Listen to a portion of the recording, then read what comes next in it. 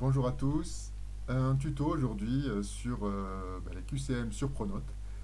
J'ai déjà fait des tutos sur les QCM sur Pronote, j'en ai fait deux, vous pouvez les retrouver sur ma chaîne YouTube.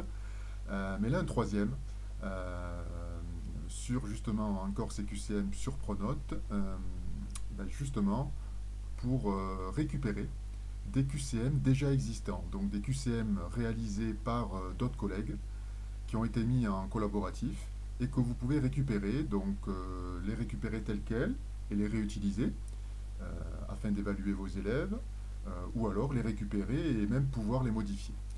Donc les QCM, on va toujours sur outils pédagogiques QCM. Ici donc vous avez vos QCM et ici vous avez le partage de QCM. Si je clique sur partage de QCM, une autre page va s'ouvrir, donc c'est la page Pronote du site Index. Et là, vous allez pouvoir rechercher un QCM qui vous intéresse. Les QCM sont classés par niveau et par matière. Alors, si je prends par exemple lycée, ensuite la matière. Si je prends une matière pro par exemple, alors vous avez toutes les matières, vous regarderez. Peu importe. Allez, biotech. Je prends biotech, puisque là souvent il y a pas mal de QCM en biotechnologie. Et puis là vous avez tous les QCM qui ont été partagés. Et si un tuto, ou un QCM plutôt, vous intéresse, il suffit de le télécharger ici. Donc je clique ici, c'est téléchargé. Donc là, vous voyez que c'est téléchargé ici.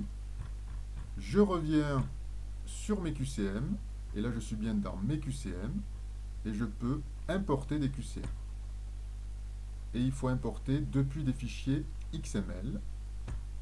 Je clique, et là, je vais aller récupérer donc mon QCM que j'ai téléchargé. Voilà, c'est celui-ci. Je clique, ça le transfère.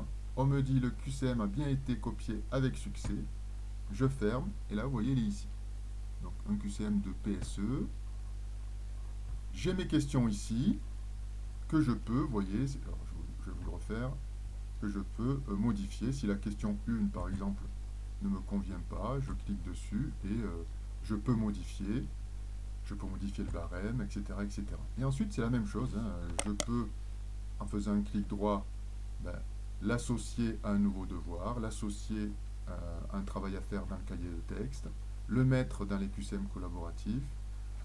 Voilà, comme si c'était votre QCM, je peux même aller dans la modalité d'exécution et décider de mettre le corrigé après chaque question, à la fin, ne pas mettre le corrigé. Voilà, tous les mêmes paramètres en fait qu'un QCM que vous auriez créé à partir de zéro.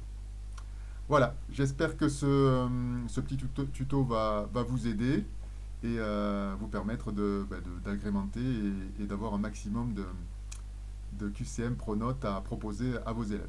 Merci à vous et belle journée.